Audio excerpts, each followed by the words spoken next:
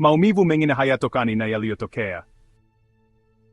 Yanatokana na yale ambayo hayakutokea. Simu uliofikiri ingetokea. Uokoaji uliofikiri ungekuwa wa uhakika.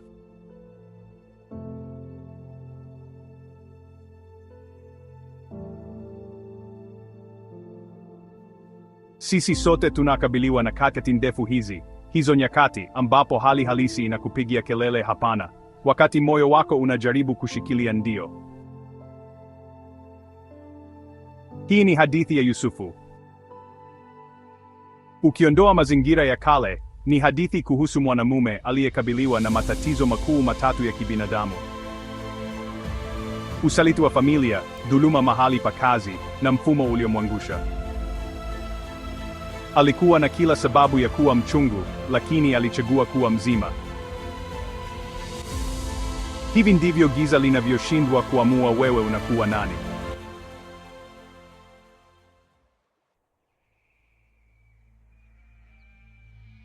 Yusufu alikuwa mwana anayependwa zaidi katika familia ya ndugu 12.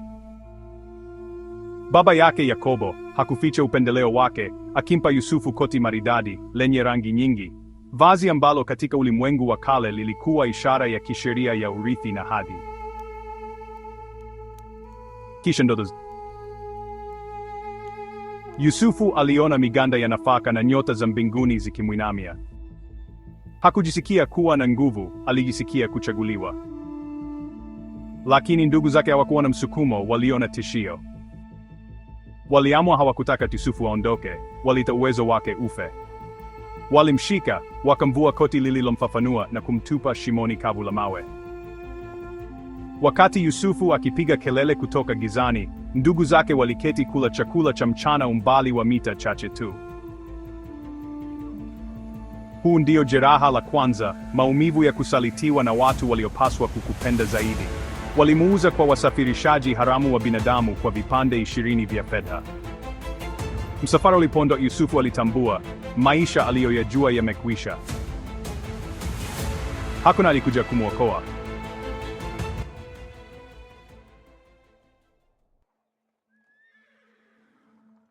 Kule Misri, Yusufu aliuza kwa afisa mmoja mkuu aliyeitwa Potifa. Alikuwa mtumwa katika nchi ya kigeni, lakini hakuacha kukua. Alifanya kazi kwa uaminifu na ustadi kiasi kwamba Potifa hatimaye alimweka kuwa msimamizi wa nyumba yake yote, fedha, mashamba yake, maisha yake yote. Yusufu alikuwa amejijenga upya. Lakini tabia haikulindi kila wakati kutokana na matatizo.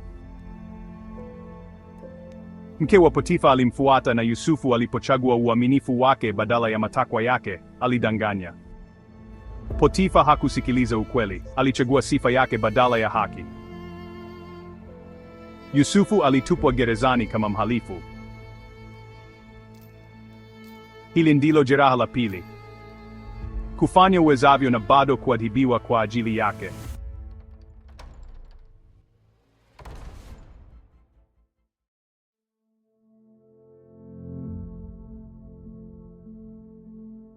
Hapa ndipo wengi wetu tunapokwama kwenye mzunguko wa maumivu.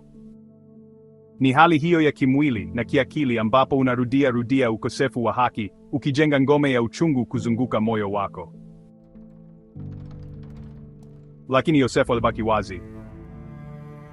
Mnyweshaji na mwokaji wa mfalme walipotupwa kwenye chumba kimoja cha gereza, Yosefu hakuwapuuza. Aliona walikuwa na huzuni na akauliza, mbona mnaonekana wenye huzuni leo? Hata katika maumivu yake mwenyewe alibaki na huruma. Aliwafasiria ndoto zao, na mnyweshaji alipoachiwa huru kurudi ikulu, Yosefu aliomba ombi moja. Lakini mnyweshaji alisahau. Kwa miaka mingine miwili Yosefu alikaa kimya. Hili ndilo jeraha la tatu, kusahauwa na watu wenye uwezo wa kukusaidia. Miaka 13 ilikuwa imepita tangu shimo. Miaka 13 ya kuwa mwathirika wa maamuzi ya watu wengine. Hata hivyo Yosefu alibaki tayari. Aliweka akili yake imara na moyo wake mpole, akikataa kuruhusu nondo za gereza kuwa nondo za roho yake.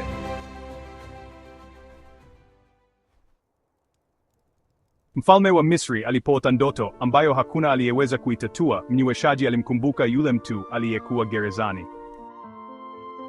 Yusufu aliletwa mbele ya Farao. Hakuingia na orodha ya maumivu yake, aliingia na uhusiano wake na Mungu.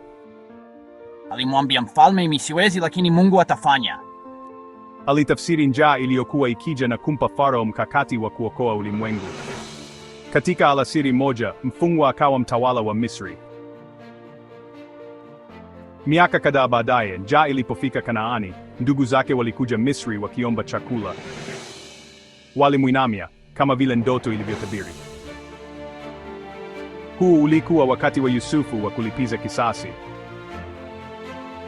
Alikuwa na uwezo wa kuwaangamiza. Lakini alipowatazama wanaume waliomwibia ujana wake, hakuona maadui, aliona hadithi ambayo hatimaye ilikuwa ikieleweka. Alijifunua kwa machozi na kusema, Mungu alikusudia mema. Maumivu hayakuwa yamemzuia roho yake. Hakuwa amekwama katika mzunguko wa uchungu. Aliwatazama wanaume waliomwibia ujana wake na kugundua shimo halikuwa adhabu, lilikuwa njia. Alikuwa ameshinda vita vya moyo wake mwenyewe.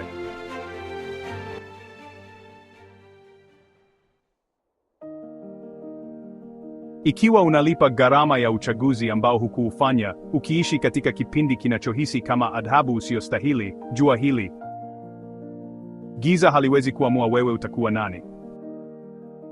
Ikiwa hadithi hii imekusaidia kuona kipindi chako kirefu cha kati tofauti, huna haja ya kutembea njia hii peke yako. Like na subscribe ili ujiunge nasi kwa hadithi zaidi za mabadiliko. Unapokuwa katika saa yako ya giza zaidi, hivi ndivyo unavyopaswa kufanya. Endelea kuzungumza na Mungu hata wakati ukimya unaziba masikio. Dumisha tabia yako. Usiruhusu maumivu ya kugeuze kuwa mtu usiyemjua. Endelea kufanya kazi. Fanya jambo linalofuata kwa ubora, kwa sababu shimo lako ni uwanja wako wa mafunzo. Akili ya matarajio yako. Amini ahadi Mungu aliyokupa, lakini achana na ratiba uliyoiunda. Hadithi zinazobadilisha, kwa sababu mabadiliko yanahitaji wewe mzima.